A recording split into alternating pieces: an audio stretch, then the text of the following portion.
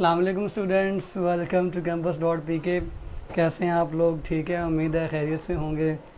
और कल का टेस्ट अटैम्प्ट कर लिया होगा आपने, अच्छी तरह तैयारी करके दिया होगा। उम्मीद तो बहुत है आप लोगों से, फ्यूचर के डॉक्टर्स हैं आप लोग।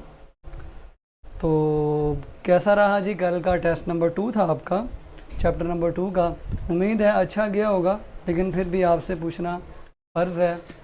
तो बताएंगे जी, देखते हैं। जो उसमें कमी बेशियाँ रह गई थी उसको आज हम इंशाल्लाह डिस्कस कर लेंगे, ठीक है। चलें जी बच्चों, अब हम कल का टेस्ट डिस्कस कर लेते हैं। डिस्कशन से पहले मैंने आपसे पूछा है, कल का टेस्ट बताएं जी कैसा रहा? ठीक था, आता था या नहीं आता था, या बस अपनी तरफ से तुक्के शुक्के लगा के सॉल्व कर लिए? तो बताएं जी, मैक्सिमम कितने मार्क्स आपने लिए हैं। रिज़ल्ट भी अपने शेयर करें ताकि मुझे पता चले कि कितनी आप लोगों ने तैयारी स्टार्ट कर दी है, ठीक है। तो बताएं टेस्ट कैसा था और सबसे ज़्यादा नंबर किसने किसने गेन किए? हाँ जी बच्चों, सबसे ज़्यादा नंबर टेस्ट में किसने गेन किए थे? किसने गेन किए थे भी सबसे ज़्यादा? 25 नंबर बख्तावर के। Very good. 25 मेरा ख्याल है कम नहीं है। अच्छा हुआ, माशाल्लाह, ठीक है जी, अच्छा हुआ आपका टेस्ट। नंबर बताया ना अपने सारे तरह, फिर पता चल, मार्क्स से पता चलेगा कि कैसा हुआ टेस्ट। 21 नंबर देख लें, 24 नंबर, 27 नंबर, 30 किसने लिए हैं? 30 में से 30 नंबर किसने लिए हैं? किसी ने लिए हैं या नहीं लिए हैं? हाँ जी बच्चों, कंफर्म कर दें ताकि पता चले कि अभी आप लोगों की तैयारी में थोड़ी सी कमी है, थोड़ी और आप लोगों को जो है वो मेहनत करनी पड़ेगी। बस इतने से बच्चों ने टेस्ट दिया है। बाकी बच्चे भी अपने अपने मार्क्स शेयर करें। कमेंट करने में आपका कोई बिल नहीं आएगा इंशाल्लाह, ठीक है, कोई पैसे नहीं लगेंगे। तो ये आपको मुझे बिरयानी नहीं खिलानी पड़ेगी, आप परेशान ना हो। 24 नंबर, ठीक है, 21 नंबर, 26 नंबर। है, मैं बहुत इंतज़ार कर रहा हूँ कि कोई बच्चा कहे जी मेरे 30 नंबर हैं। एक्चुअल में ऐसे ही नहीं कमेंट कर देना 30, ना भी हूँ तो बस ठीक है 30। सर ने कहा 30 कमेंट करें, 30 कमेंट कर दिए हैं, ऐसे नहीं। जिसके हैं ना वो बताए। हाँ जी, हैं किसी के 30? रिज़ल्ट तो मेरा ख्याल है वहाँ पे वॉल पे शो हो ही जाता है, क्या ख्याल है? 22। अच्छा जी, शेयर करने के काबिल नहीं है। बटे कोई बात नहीं है, हम आपके खैर खाएँ, ठीक है। आप अगर बता भी देंगे तो हम बुरा नहीं मानेंगे बिल्कुल भी, ठीक है। मुताहर साहब क्या कह रहे हैं? 29 हाई हैं सर। किसके हैं 29? सर जी आपके लेक्चर में ताकि भूख लगी होती है और आप बिरयानी का जिक्र छेड़ देते हैं। हाय हाय, मुझे भी भूख लगी होती है सख्त। 29 किसके थे? आपके थे हबीबा? 29 थे भी क्या, ऐसे ही लिख दिए? चलें, मुताहर साहब ऐसे कमेंट ना करें, ठीक है, ये क्लासरूम है।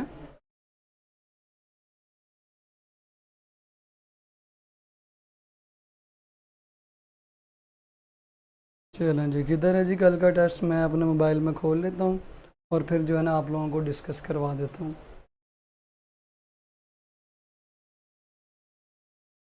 सर ये बातें बताएं नहीं जाती, नज़र लग जाती है। अच्छा, मैं समझ गया हूँ क्यों नहीं बताई जाती, मैं समझ गया हूँ। I can understand your feelings very much, ठीक है। और बाकी भी समझ गए हैं, ये बातें क्यों नहीं बताई जाती, बाकी भी समझ गए हैं।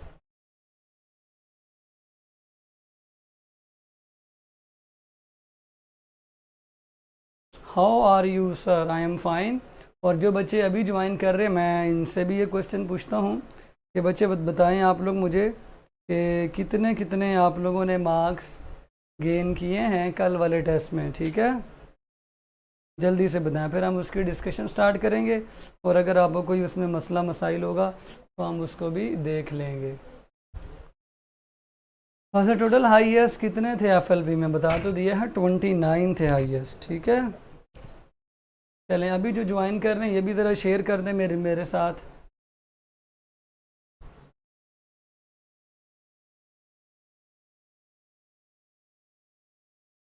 एटी सेवन, अच्छा वो तो 100 में से होंगे ना। फिराज साहब के 23 हैं, वेरी गुड। अनीसा के 28, ठीक है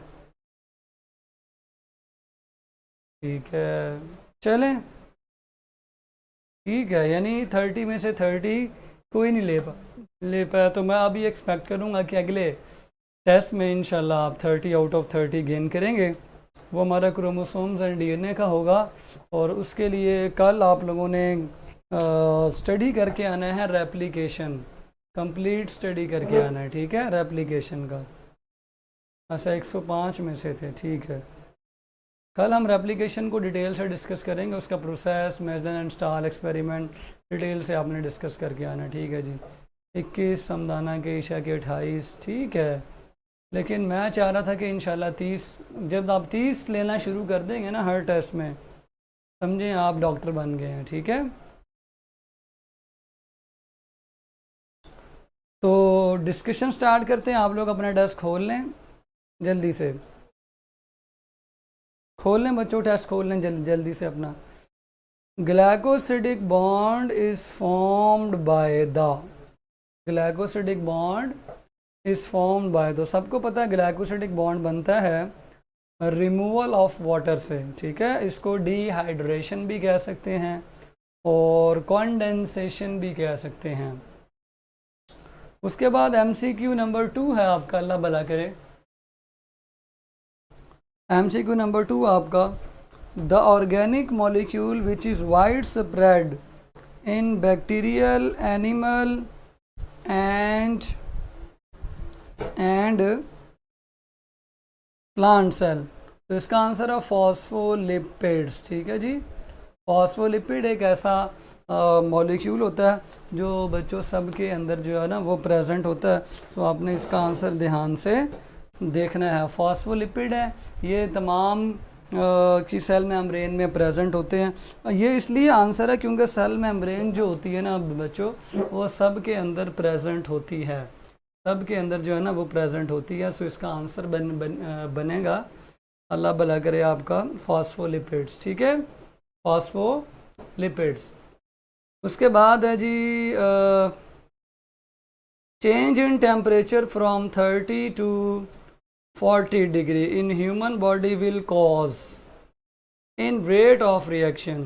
तो स्टूडेंट्स जो रेट ऑफ रिएक्शन है वो पहले तो बढ़ेगा, क्योंकि ये आप लोगों को पता है, ये आप लोगों को पता है कि ऐसे हमारा ऑप्टिमम टेम्परेचर का ग्राफ होता है। तो rate of reaction first increase up to 37, ये चूँकि ऑप्टिमम है, उसके बाद जो है ना वो डिक्रीज होने लगता है। तो हमने स्टार्ट करना 30 से, ये अगर 30 डिग्री है, यहाँ से स्टार्ट करना 40 तक, तो ग्राफ के मुताबिक पहले टेम्परेचर इंक्रीज़ करने से रेट ऑफ रिएक्शन बढ़ेगा, और उसके बाद टेम्परेचर इंक्रीज़ करने से रेट ऑफ रिएक्शन कम होगा। तो first increase and then decrease.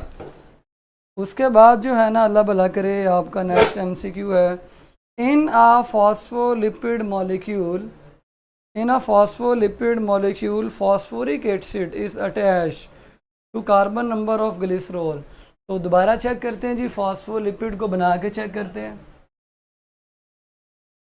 Sir FLP drive में रखवा दें प्लीज़ बेटे। अब ना हम एक मज़ीद चेंजिंग लेके आ रहे हैं टेस्ट पैटर्न के अंदर, उसमें ये होगा कि टेस्ट होने के बाद भी वो टेस्ट में ही पड़ा रहेगा की समेत, तो आप वहाँ से डाउनलोड कर सकते हैं। आज या कल में ये कोडिंग हो जाएगी, सो आपको टेस्ट ड्राइव से डाउनलोड नहीं करना पड़ेगा।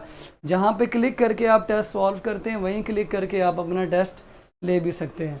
तो बच्चों नेक्स्ट जो हम कह रहे थे, ग्लिसरॉल, कार्बन 1, कार्बन 2, कार्बन 3, 1 के साथ फैटी एसिड लगा होता है, 2 के साथ भी फैटी एसिड लगा होता है, 3 के साथ जो है ना अल्लाह भला करे फॉस्फोरिक एसिड लगा होता है, और उसके साथ आगे से नाइट्रोजनस बेस लगी हुई होती है। सो आंसर बनेगा 3। उसके बाद the next, the simplest monosaccharide containing keto sugar dihydroxy acetone. अब आपसे मैं क्वेश्चन पूछता हूँ, बताएं students. The simplest monosaccharide containing aldehyde group या containing aldo sugar, the simplest aldo sugar कौन सी होगी? हाँ जी स्टूडेंट्स, आपने कीटो की बताई है मुझे, डाईहाइड्रोक्सी एसीटोन। अब आप लोग मुझे बताएंगे एल्डोस के अंदर सबसे सिंपलेस्ट शुगर कौन सी है? हाँ जी स्टूडेंट्स, कौन बताएगा? एल्डोस के अंदर सबसे सिंपलेस्ट शुगर कौन सी है? जल्दी से बताएं। अभी भी शो हो रहा है टेस्ट, जहाँ टेबल है क्लासेस का। जी बिल्कुल, टेस्ट होता है वहीं पर शो। किसको नहीं हो रहा? जिनको चाहिए वो वहाँ से दोबारा ले सकते हैं टेस्ट, ठीक है। टेस्ट शो हो रहा है ना, लेकिन अब आप उसको सॉल्व नहीं कर सकते, यानी अब आपका टाइम नहीं शो होगा, लेकिन आप देख सकते हैं उसको, ठीक है।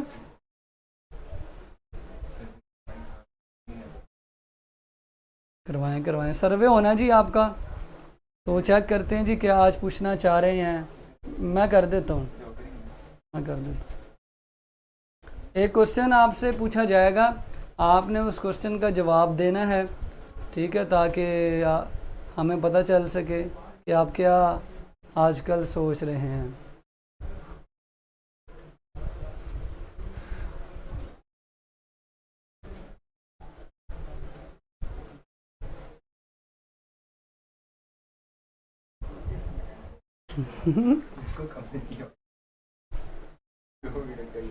कोई बात नहीं बच्चे, एक क्वेश्चन आपके सामने शो हुआ हुआ, इसके बारे में आप जवाब देंगे कि आपको क्या चीज़ मेरे पास नहीं आया। चलें, आप ख़ुद से स्टार्ट सर्वे पे क्लिक करें, पेज को रिफ़्रेश करें और स्टार्ट सर्वे पे क्लिक करें, तो आपके पास भी आ जाएगा, ठीक है।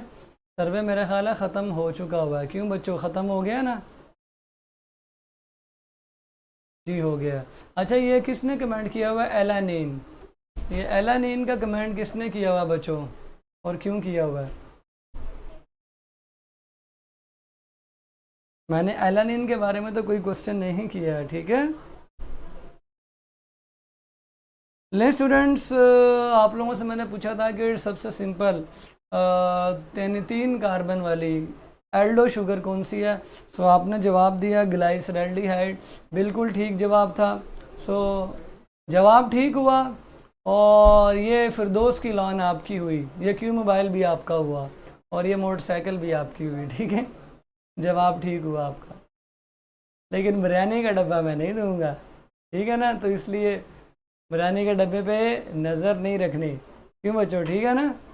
कभी कभी थोड़ा सा हंसी मजाक भी करना चाहिए। हर टाइम पढ़ पढ़ के ना बच्चे पागल हो जाते हैं, मैं भी पागल हो जाता हूँ बच्चों को पागल देख के। क्या ख्याल है, एम आई राइट? तो सम टाइम जो है ना, वो थोड़ा थोड़ा मजाक मजूक भी होना चाहिए, ताकि पता चले बच्चे मेरे ही हैं, और जो है हंसते खेलते हुए बच्चे हैं। सारे सेल वाले सर हैं, ये क्या है? सारे सेल वाले, सारे सेल वाले मुताहर, आपकी रेटिंग मुझे समझ नहीं आ रही। सर ये सारा कुछ वर्चुअल है जो हमारा है, जी बिल्कुल वर्चुअल है, ठीक है। हाँ, लें जी नेक्स्ट चलते हैं।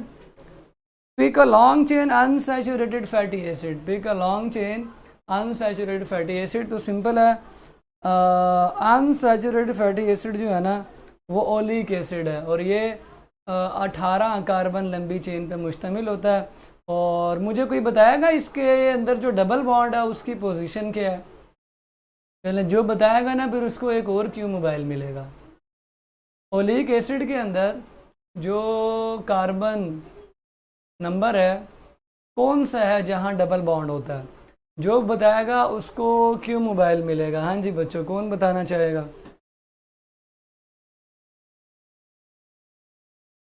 कार्बन नंबर 9 और 10 के दरमियान। अच्छा जी, ठीक है, कार्बन नंबर 9 और 10 के दरमियान, 9 10, शाबाश। चले तो काफ़ी सारे बच्चों ने बताया, इतने क्यों मोबाइल अब कहाँ से लेकर आए? 10-11, 10-11 है क्या 9-10 है? क्यों भाई, ये 10-11 किसने कहा है बच्चों? कोमल, 10-11 कैसे है जी? 9-10 है ना, 9-10 है। Secondary structure is the ultimate structure of which of the following protein, इनमें से ऐसी कौन सी प्रोटीन है जिसका अल्टीमेट स्ट्रक्चर सेकेंडरी स्ट्रक्चर है बच्चों? सर क्यों मोबाइल 2020 दीजिएगा? अच्छा ठीक है, वेट कीजिए, आपके घर भिजवा देंगे, दुआएं भिजवा देंगे। हाँ जी, सेकेंडरी स्ट्रक्चर कौन सी प्रोटीन में अल्टीमेट स्ट्रक्चर है? तो याद रखें, जो फाइब्रस प्रोटीन होती है ना, फाइब्रस जिनके धागे होते हैं लंबे लंबे, उनके अंदर सेकेंडरी स्ट्रक्चर अल्टीमेट होता है, और यहाँ पे वो प्रोटीन केराटिन है। बाकी ट्रिप्सिन एक हार्मोन है, इंसुलिन नहीं, ट्रिप्सिन एक एंजाइम है, उसमें भी ग्लोबुलर है। हार्मोन जो है ना वो इंसुलिन है, और कैराटीन ही बचती है जो फाइब्रस है। ग्लूकोज तो प्रोटीन है ही नहीं है। सो आंसर है जी कैराटीन। आंसर क्या है? कैराटीन। अगला एमसीक्यू है, the next to simplest amino acid, इसका आंसर एलानिन। किसी ने ये समझना है या सबको पता है एलानिन कैसे है? कोई ऐसा बच्चा जिसको ये समझना हो, कोई एक बच्चा भी है तो मुझे जल्दी से कमेंट करे, मैं समझा देता हूँ, वरना आगे चलते हैं। हाँ जी बच्चों, ये next to simplest amino acid, यानी सिंपलेस्ट अमाइनो एसिड से अगला अमाइनो एसिड कौन सा है? उसका आंसर है एलानिन। ये आंसर कैसे आया? किसी ने समझना है तो मुझे कमेंट कर दे, मैं उसको बता दूंगा, ठीक है?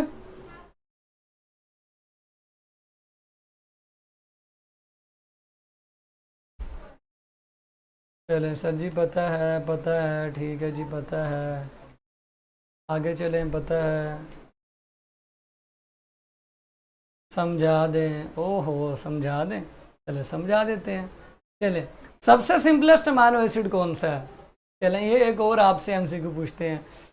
अब नेक्स्ट को मैं हटा रहा हूँ, अब मुझे बताएं the simplest amino acid is कौन? सबसे सिंपलेस्ट अमाइनो एसिड कौन है? हाँ जी बच्चों, सबसे सिंपलेस्ट अमाइनो एसिड कौन है? जब आपको सबसे सिंपलेस्ट अमाइनो एसिड का पता चल जाएगा ना, तो साथ में आपको ये भी पता चल जाएगा कि नेक्स्ट कौन सा है। हाँ जी, सबसे सिंपलेस्ट अमाइनो एसिड। यहाँ पे कमेंट्स पढ़ रहा हूँ बेटे, साइड में स्क्रीन खुली हुई, जल्दी जल्दी कमेंट किया करें। मैं देखता हूँ सारे बच्चे कमेंट नहीं करते, कुछ लोग कमेंट करते हैं। तो सबसे सिंपलेस्ट ग्लाइसिन है, बिकॉज उसमें अल्काइल ग्रुप की जगह हाइड्रोजन है, तो उसकी जगह हम CH3 कर दें तो वो एलानिन बन जाएगा। सो ग्लाइसिन सबसे सिंपल है, तो उसके बाद वाला एलानिन ही हुआ ना, ठीक है? इसको मैं थोड़ा सा एक्सप्लेन कर भी देता हूँ।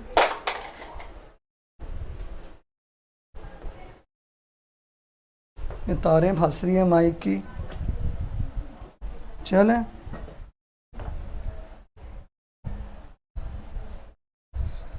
कैसे आप लोगों ने ये देखना है, ये R ग्रुप होता है, ये अल्फ़ा कार्बन है, ये कार्बोक्सिलिक ग्रुप है, ये NH2 है, और ये हाइड्रोजन है।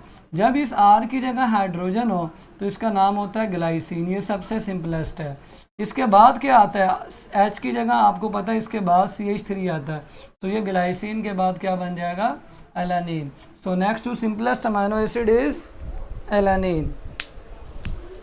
ठीक है बच्चों, समझ आ गया? मेरा ख्याल है सबको समझ आ चुका है। फिर आपका मोबाइल गिर गया बेटा, मोबाइल नहीं गिरा, चूहा गिर गया, चूहा, ठीक है? जिस माउस से मैं कंट्रोल कर रहा हूँ ना स्क्रीन, वो गिर गई थी, ठीक है? लेकिन चूहा बिल्कुल ठीक है, चूहा जख्मी नहीं हुआ। चूहा मीन माउस। लें जी, नेक्स्ट है, pick a non reducing sugar. Non reducing sugar कौन सी है? लैक्टोज है? नहीं। सुक्रोज है? Yes, sucrose is a non reducing sugar, ठीक है? सुक्रोज कौन है जी? नॉन रिड्यूसिंग शुगर है। बाकी ग्लूकोज और फ्रुक्टोज भी रिड्यूसिंग शुगर होती हैं, लेकिन सुक्रोज जो है ना, ये क्या होती है? नॉन रिड्यूसिंग शुगर होती है। आगे चलें। इंसुलिन इज इंसुलिन क्या है? हाँ जी बच्चों, आपसे पूछते हैं क्या है जी इंसुलिन? ऑस्मोटिक प्रोटीन है, ट्रांसपोर्ट प्रोटीन है, रेगुलेटरी प्रोटीन है या कैटालिटिक प्रोटीन है? चलें अभी पता चल जाएगा कौन कौन कितने कितने पानी में है।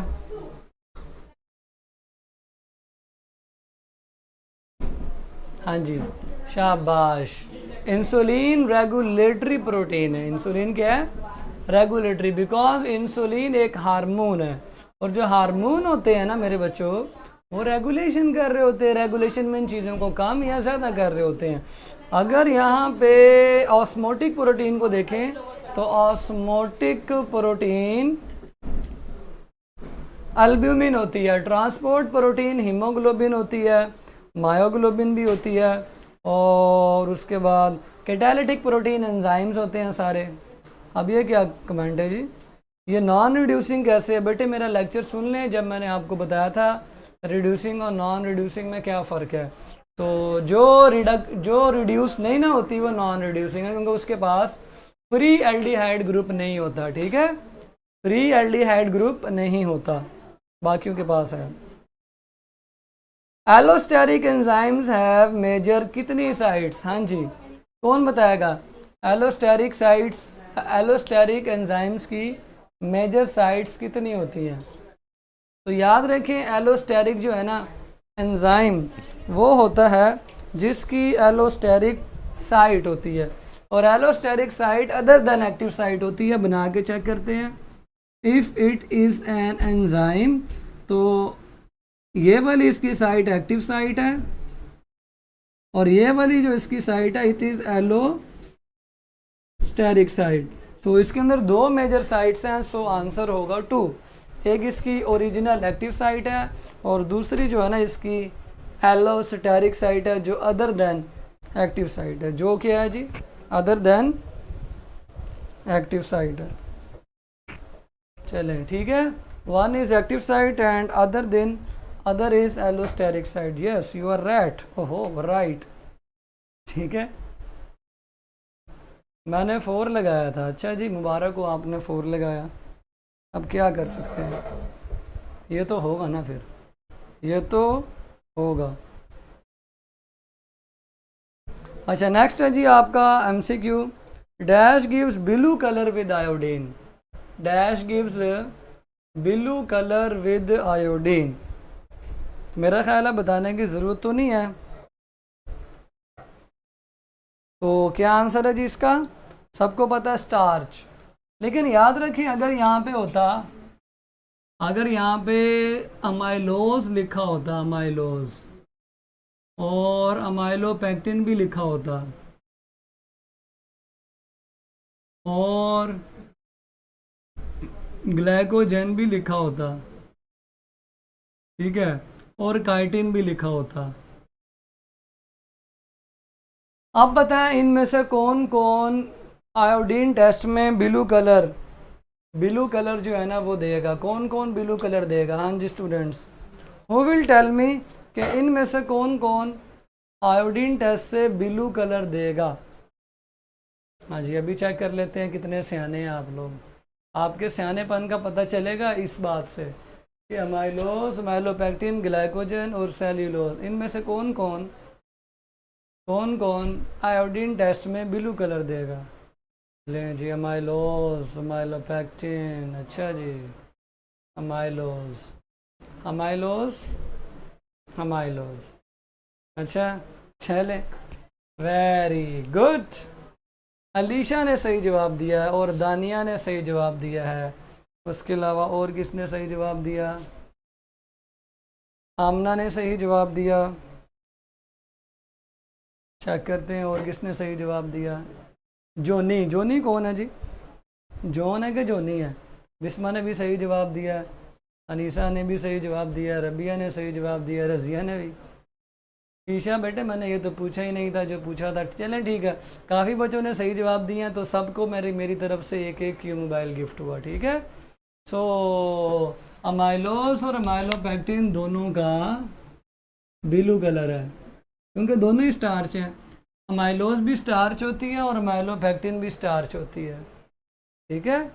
अमाइलोज भी स्टार्च होती है और अमाइलोपेक्टिन भी स्टार्च होती है। हमने पढ़ा है स्टार्चेस गिव ब्लू कलर, तो स्टार्च की ही दोनों टाइप्स हैं। अमाइलोज भी स्टार्च है और अमाइलोपेक्टिन भी स्टार्च है।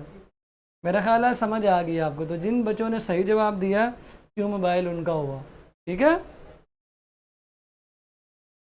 लेंगे नेक्स्ट है melting point of palmitic acid.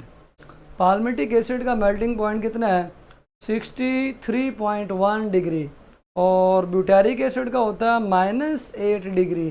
तो ये तो सिंपल बुक की लाइन है, there is no problem. Sir जी माइलोपेक्टिन कलर नहीं देती? अच्छा जी, चेक कर लेते हैं, चेक कर लेते हैं। देखिए मैं वो नहीं हूँ कि मैं आपके साथ जो है ना फ़ौरन से रिजेक्ट कर दूँ, नहीं आपने गलत कहा है। कंफर्म कर लेते हैं कि माइलोपेक्टिन कलर देती है या नहीं देती, ठीक है। क्यों भाई माइलोपेक्टिन बताओ, माइलोपेक्टिन से पूछते हैं कि माइलोपेक्टिन कलर देती है या नहीं देती। अगर तो माइलोपेक्टिन ने कहा कि मैं कलर देती हूँ, तो फिर क्या क्या करेंगे? चलो जी पूछ लेते हैं जी माइलोपेक्टिन से।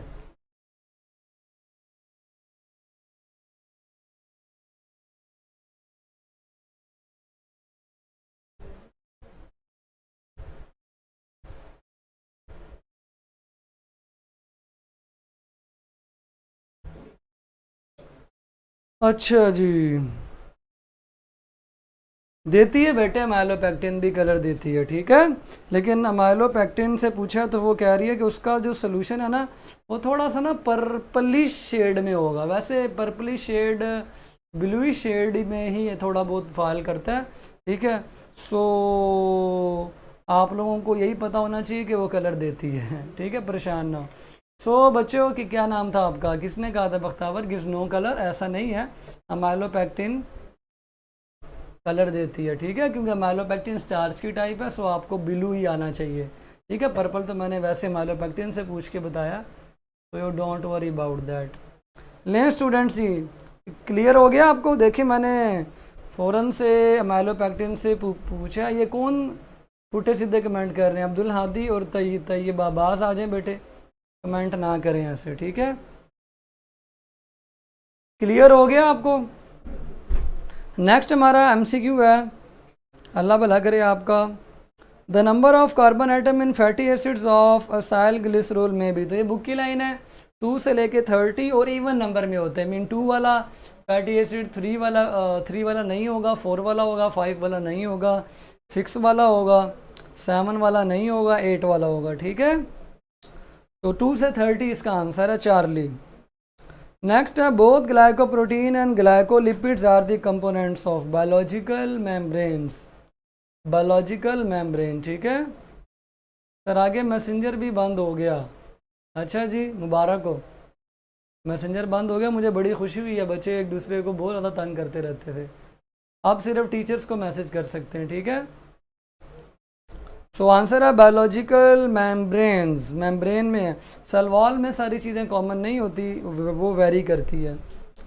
F Sengar was the first scientist who determined. कौन से स्ट्रक्चर को डिटरमिन किया एफ सेंगर ने? हाँ जी बच्चों, बैटरी बेटे अभी चेंज कर देते हैं आपकी, आप परेशान ना हो, बैटरी अभी चेंज कर देते हैं, ये चल जाएगी।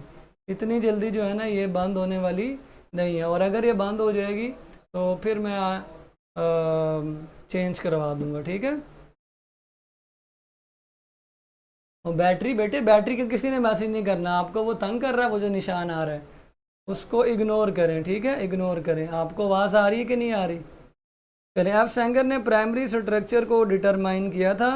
प्राइमरी का मतलब सीधी चेन नहीं है, बल्कि इसका मतलब सिर्फ ये है कि नंबर कितने हैं, अमाइनो एसिड की तादाद कितनी और तरतीब क्या है, ठीक है। हाँ जी, ऑप्टिमम पीएच ऑफ एंटीरोकाइनेस। तो मैं आंसर बताने से पहले पूछना चाहूँगा कि इसकी एग्जैक्ट पीएच कितनी होती है? 3 होती है, 2 होती है, 4 होती है, 5 होती है, 6 होती है, 7, 8, 9, कितनी? एंटीरोकाइनेस की ऑप्टिमम पीएच एग्जैक्टली कितनी होती है, जल्दी से बताएं। हाँ जी स्टूडेंट्स, तो सबको बैटरी नज़र आ रही है, मेरे सवाल नहीं नज़र आ रहे जो मैं पूछ रहा हूँ। बेटे मैंने एग्जैक्ट पूछे, एग्जैक्ट बताएं, एग्जैक्ट कितनी होती है। चेक कर लेते हैं आप लोग टेबल पढ़ते हैं कि नहीं। कितनी है जी? 7-8 तो नहीं है यार, 7-8 कहाँ से है? नहीं नहीं बेटे 7-8 नहीं है, 5.5 है। तो ये स्लाइटली एसिडिक है। जितनी पीएच कम होती जाती है उतनी ज़्यादा एसिडिक होती चली जाती है। तो आंसर होगा स्लाइटली एसिडिक, क्योंकि ये थोड़ी सी एसिडिक, अगर और कम पीएच होती तो ज़्यादा एसिडिक हो जाती। ठीक है, लें जी पहले बैटरी ना चेंज करवा लें, क्या ख्याल है आपका? कितने हो गए हैं? 17 हो गए हैं ना, 20 पूरे कर लेते हैं, फिर बैटरी चेंज करते हैं आपकी। ठीक है, शाबाश, स्लाइटली एसिडिक है, स्लाइटली एसिडिक। नेक्स्ट है pick the odd one. Odd one का मतलब है जो अजीब है, जो बाकियों से डिफरेंट है। सो सेल्यूलोज पॉलीसेकेराइड है, गैलेक्टोज मोनोसेकेराइड है, एगर पोली है, पैक्टिन भी पोली है। सो 3 जो है ना ये पॉलीसेकेराइड्स हैं, बीच में एक मोनोसेकेराइड है। टेबल याद है sir, very good. Q mobile आपका भी हुआ। ठीक है, गैलेक्टोज क्योंकि ये मोनोसेकेराइड है, बाकी तीनों के हैं जी पॉलीसेकेराइड। कौन है सेकेराइड? पॉलीसेकेराइड। ठीक है, टेबल कौन सा है? वो जो एंजाइम्स के अंदर बना हुआ है एफएससी की बुक में। नेक्स्ट है जी lipid store double amount of energy as compare to same amount of carbohydrates because. सबको पता है सी एच बॉन्ड ज़्यादा होते हैं, सी एच बॉन्ड ज़्यादा होते हैं। ठीक है, सी एच बॉन्ड्स ज़्यादा होते हैं। कोई बताएगा कि सी एच बॉन्ड ज़्यादा हैं तो कम कौन सी चीज़ होती है? वहाँ पे ये लाइन भी लिखी हुई है कि सी एच बॉन्ड ज़्यादा होते हैं और एक चीज़ ऐसी होती है जो कम होती है। हाँ जी, वो बताएं, वो कौन सी होती है? जल्दी से students, who will tell me. C H bonds अगर ज़्यादा है तो कौन सी चीज़ कम होती है? लोअर प्रपोर्शन किस चीज़ का होता है? सर जी अब दे भी दें क्यों मोबाइल, क्यों? वो पंजाबी में कहते हैं ना, तू मेरी खाला ना मुंडा है क्यों दम नहीं देना? ठीक है, शाबाश, लो प्रपोर्शन ऑक्सीजन की होती है, वेरी गुड। लें जनाब 20वां एमसीक्यू दे, इसके बाद हम बैटरी मुबारक को चेंज करेंगे। In DNA duplex 10 base pairs cover the length of 34 angstrom, what will be the distance in between 2 consecutive base pair. So 34 को 10 से डिवाइड करेंगे तो 3.4 आ जाएगा। ठीक है, ये करके चेक करते हैं, उसके बाद बैटरी चेंज करेंगे जी आपकी। ठीक है, ये देखिए ये हमारा टर्न है, अल्लाह भला करे, ये एक बड़ा सा मैंने टर्न बनाया है। ठीक है, ठीक है, इस टर्न के अंदर 1 2 3 4 5 ऐसे करके जब इनके दरमियान डिस्टेंस मेजर करते हैं ना तो वो डिस्टेंस 3.4 एंगस्ट्रॉम आएगा। तो स्टूडेंट्स 20 एमसीक्यूज पूरे हो गए हैं, अब बाकी के मैं डिस्कस करवाता हूँ बैटरी चेंज करने के बाद। So we will be right back. ठीक है, लें जी students, welcome back, we are right back. ठीक है, we are right back, wait is over, we are right back. Next हमारा एमसीक्यू है,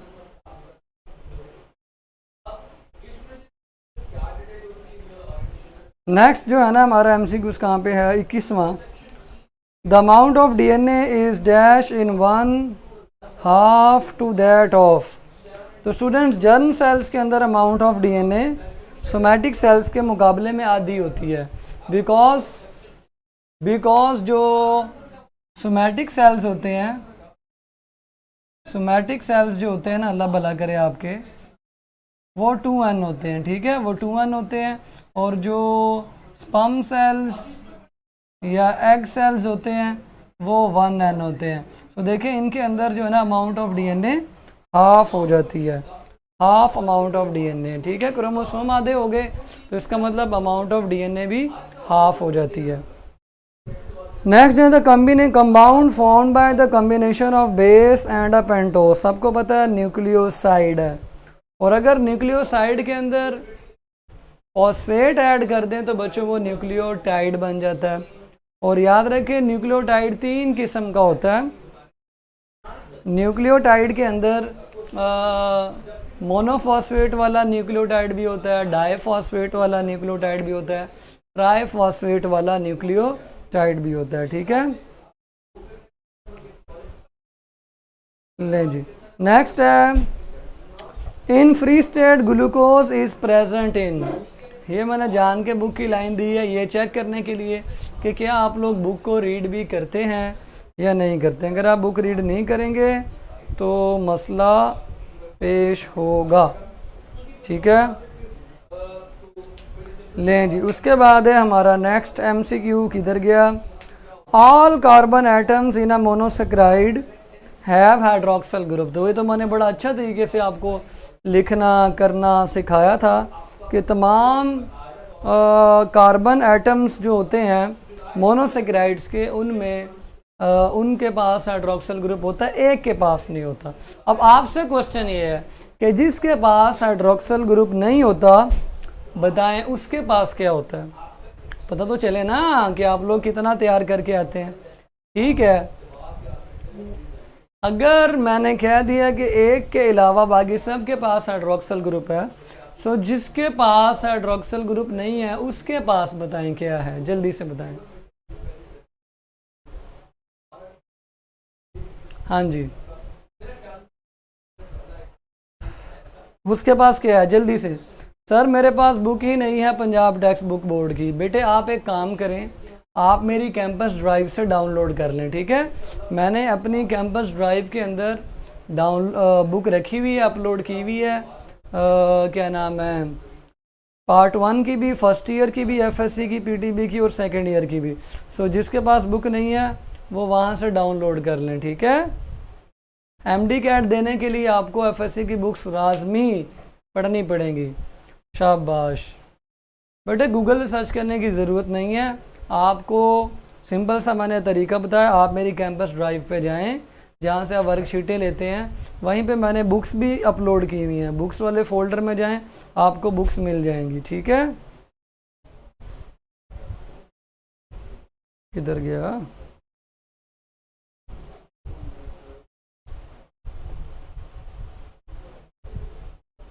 टेस्ट कहाँ गायब हो गया।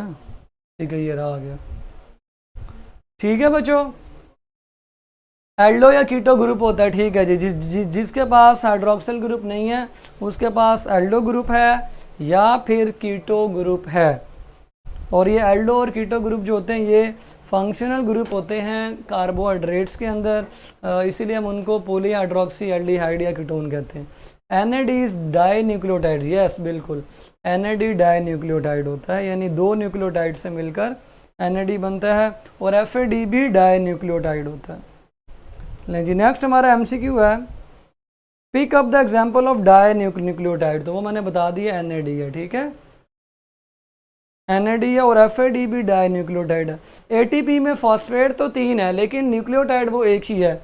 GTP भी फॉस्फेट तो 3 है लेकिन न्यूक्लियोटाइड वो एक ही है।